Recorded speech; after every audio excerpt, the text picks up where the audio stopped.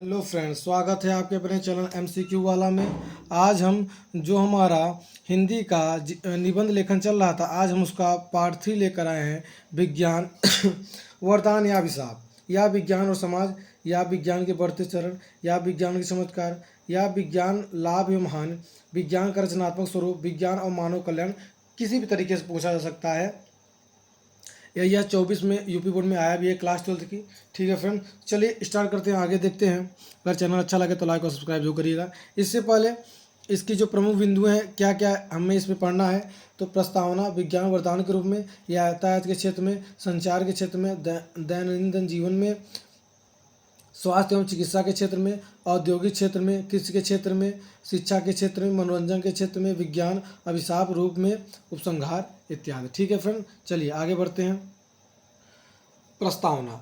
आज का युग वैज्ञानिक चमत्कारों का युग है। मानव जीवन के प्रत्येक क्षेत्र में आज विज्ञान ने आश्चर्यजनक क्रांति ला दी है। मानव समाज की सारी गतिविधियां आज विज्ञान के परिचालित हैं। दुर्जय प्रकृति पर विजय प्राप्त कर आज विज्ञान मानव का भाग्य विधाता बन बैठा है। अज्ञात रहस्यों की खोज में उसने आकाश की ऊंचाइयों को से लेकर पाताल की गहराइयों तक नाप दी है। उसने हमारे जीवन को सब ओर से इतना प्रभावित कर दिया है कि विज्ञान शून्य विश्व की आज कोई कल्पना नहीं कर सकता। किंतु दूसरी ओर हमें अभी देखते हैं कि अनियंत्रित वैज्ञानिक प्रगति ने मानव के अस्तित्व पर ही प्रश्न चिन्ह लगा दिया है। इस स्थिति में हमें सोचना पड़ता है कि विज्ञान को वरदान समझा जाए या अभिशाप। अंततः इन दोनों पक्षों पर समन्वित दृष्टि से विचार करके ही किसी निष्कर्ष पर पहुंचा जा सकता है या उचित पहुंचना होगा। ठीक है फ्रेंड, चलिए आगे देखते हैं। विज्ञान वरदान के रूप में आधुनिक मानव का संपूर्ण पर्यावरण विज्ञान के वरदानों के आलोक से आलोकित है। प्रातः जागरण से लेकर रात के सोने तक के सभी क्रियाकलाप विज्ञान द्वारा प्रदत्त साधनों के सहारे ही संचालित होते हैं। प्रकाश, पंखा, पानी, साबुन, gas stove, fridge, cooler, heater और यहाँ तक कि शीशा, कंघी से लेकर रिक्शा, साइकिल, स्कूटर, बस, कार, रेल, हवाई जहाज, टीवी, सिनेमा, रेडियो, आज जितने भी साधन का हम अपने दैनिक जीवन में उपयोग करते हैं वे सब विज्ञान के वरदान ही हैं। इसलिए तो वह कहा जाता है कि आज का अभिनव मनुष्य विज्ञान के माध्यम से प्रकृति पर विजय पा चुका है। उसके बारे में कुछ पंक्तियां कही गई हैं जो ये है।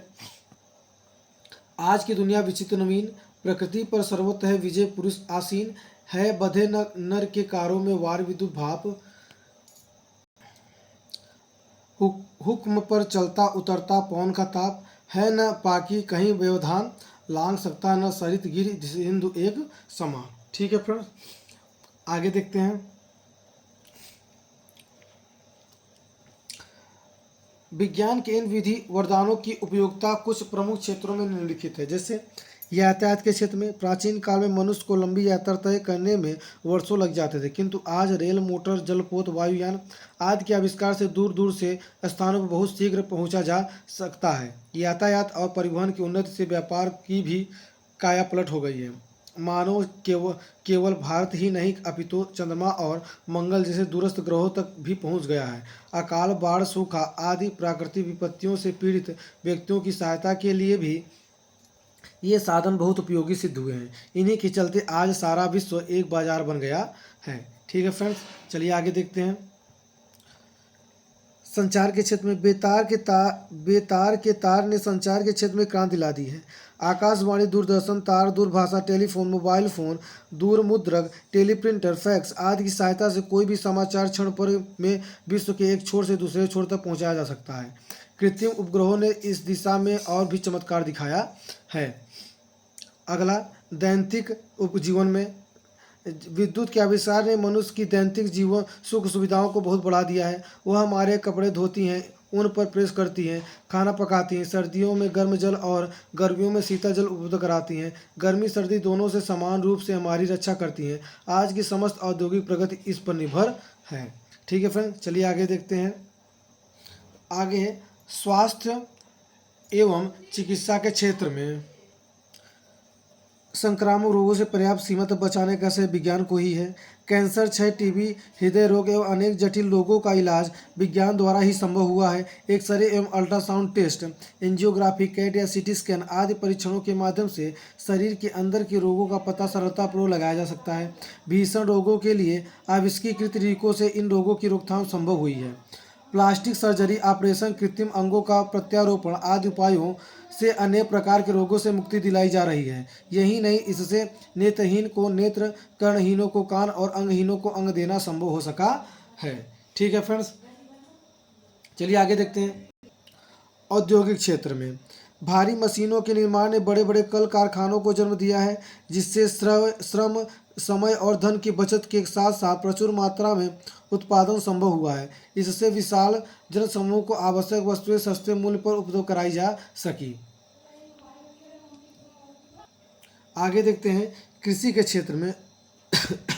लगभग 139 करोड़ से अधिक जनसंख्या वाला हमारा देश आज यदि कृषि के क्षेत्र में आत्मनिर्भरता की ओर अग्रसर हो सका है तो यह भी विज्ञान की ही देन है। विज्ञान ने किसानों को उत्तम बीज, प्रौढ़ एवं विकसित तकनीकी, रासायनिक खादें, कीटनाशक, ट्रैक्टर, ट्यूबवेल और बिजली प्रदान की है। छोटे बड़े बांधों का निर्माण कर नहरें निकालना भी विज्ञान से ही संभव हुआ है। आगे शिक्षा के क्षेत्र में मुद्रण यंत्रों के आविष्कार ने बड़ी बड़ी संख्या में पुस्तक का प्रकाशन संभव बनाया है, जिससे पुस्तक सस्ते मूल्य पर मिल सकी हैं। इसके अतिरिक्त समाचार पत्र, पत्रिकाएं आदि भी मुद्रण क्षेत्र में कई क्रांति के फलस्वरूप घर घर पहुंचकर लोगों का ज्ञानवर्धन कर रही हैं। आकाशवाणी, दूरदर्शन आदि की सहायता से शिक्षा के प्रसार में बड़ी सहायता मिलती है। कंप्यूटर के विकास ने न तो क्षेत्र में क्रांति ला दी है, जो कंप्यूटर है उसने क्या कर लिया, विकास ला दी है। आगे देखते हैं मनोरंजन के क्षेत्र में अगर देखा जाए तो चलचित्र, आकाशवाणी, दूरदर्शन आदि के आविष्कार ने मनोरंजन को सस्ता और सुलभ बना दिया है। टेप रिकॉर्डर, VCR, VCD आदि ने इस दिशा में क्रांति ला दी है और मनुष्य की उच्च कोटि का मनोरंजन सुलभ कराया है। ठीक है फ्रेंड्स, अब अभी तो हम जो विज्ञान था हम वरदान के रूप में देख रहे थे, अब देखेंगे विज्ञान अभिशाप के रूप में। विज्ञान अभिशाप के रूप में विज्ञान एक और पक्ष भी है। विज्ञान का एक और पक्ष भी है। विज्ञान एक असीम शक्ति प्रदान करने वाला तटस्थ साधन है।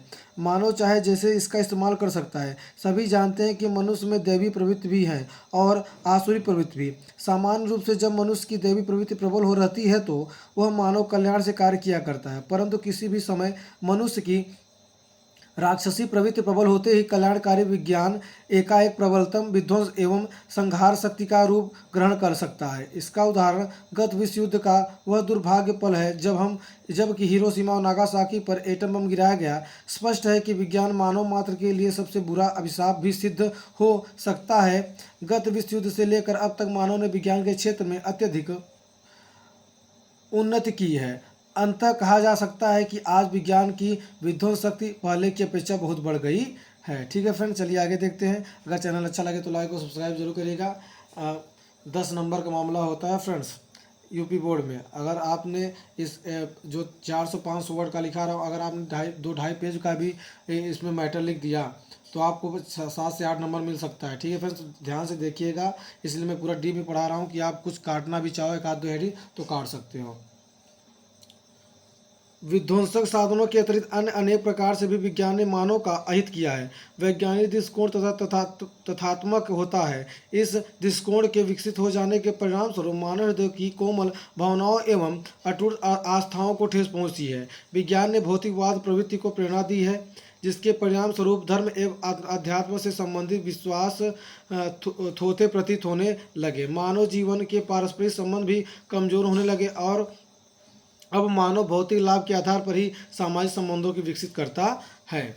ठीक है फ्रेंड्स, आगे देखते हैं। अगर आगे देखा जाए, जहां एक ओर विज्ञान ने मानव जीवन को अनेक प्रकार की सुख सुविधाएं प्रदान की है, वहीं दूसरी ओर विज्ञान के ही कारण मानव जीवन में अत्यधिक खतरों से परिपूर्ण तथा असुरक्षित भी हो गया है। कंप्यूटर तथा दूसरी मशीनों ने यदि मानव को सुविधा के साधन उपलब्ध कराए हैं तो साथ साथ बेरोजगार के अवसर भी छीन लिए हैं। विद्युत विज्ञान द्वारा प्रदत्त एक महान देन है, परंतु विद्युत का एक मामूली झटका ही व्यक्ति की यह लीला समाप्त कर सकता है। विज्ञान ने तरह तरह के तीव्र गति वाले वाहन मानव को दिए हैं। इन्हीं वाहनों की आपसी टक्कर से प्रतिदिन हजारों व्यक्ति सड़क पर ही जान गंवा देते हैं। विज्ञान के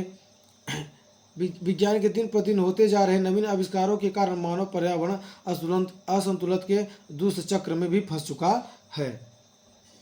ठीक है फ्रेंड, चलिए आगे देखते हैं।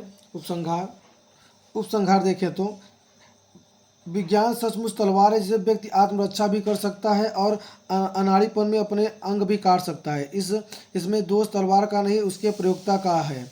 विज्ञान ने मानव के सम्मुख असीमित विकास का मार्ग खोल दिया है, जिससे मनुष्य संसार से बेरोजगारी, भुखमरी, महामारी आदि को संपूर्ण नष्ट कर विश्व को अभूतपूर्व सुख समृद्धि की ओर ले जा सकता है। समूल नष्ट कर विश्व की अभूतपूर्व सुख समृद्धि को नष्ट की ओर ले जा सकता है। अणु शक्ति का कल्याणकारी कार्यों में उपयोग असीमित संभावनाओं का द्वार उन्मुक्ति कर सकता है। बड़े बड़े रेगिस्तानों को लहराते खेतों में बदलना, दुर्लभ पर्वत पर मार्ग बनाकर दूरस्थ अंचलों में बसे लोगों को रोजगार के अवसर उपलब्ध कराना, विशाल बांधों निर्माण एवं विद्युत उत्पादन आदि अगणित कार्यों में इसका उपयोग हो सकता है। किंतु यह तभी संभव है जब मनुष्य में आध्यात्मिक दृष्टि का विकास हो, मानव कल्याण की सात्विक भावना जगे। अंततः स्वयं मानव को ही यह निर्णय करना है कि वह विज्ञान को वरदान रहने दे या अभिशाप बना दे। ठीक है फ्रेंड्स, तो यहाँ पर हमारा जो विज्ञान एक अभिशाप या वरदान निबंध खत्म होता है। मिलते हैं नेक्स्ट वीडियो में, तब तक के लिए जय हिंद जय भारत। चैनल अच्छा लगा तो लाइक और सब्सक्राइब जरूर करिएगा।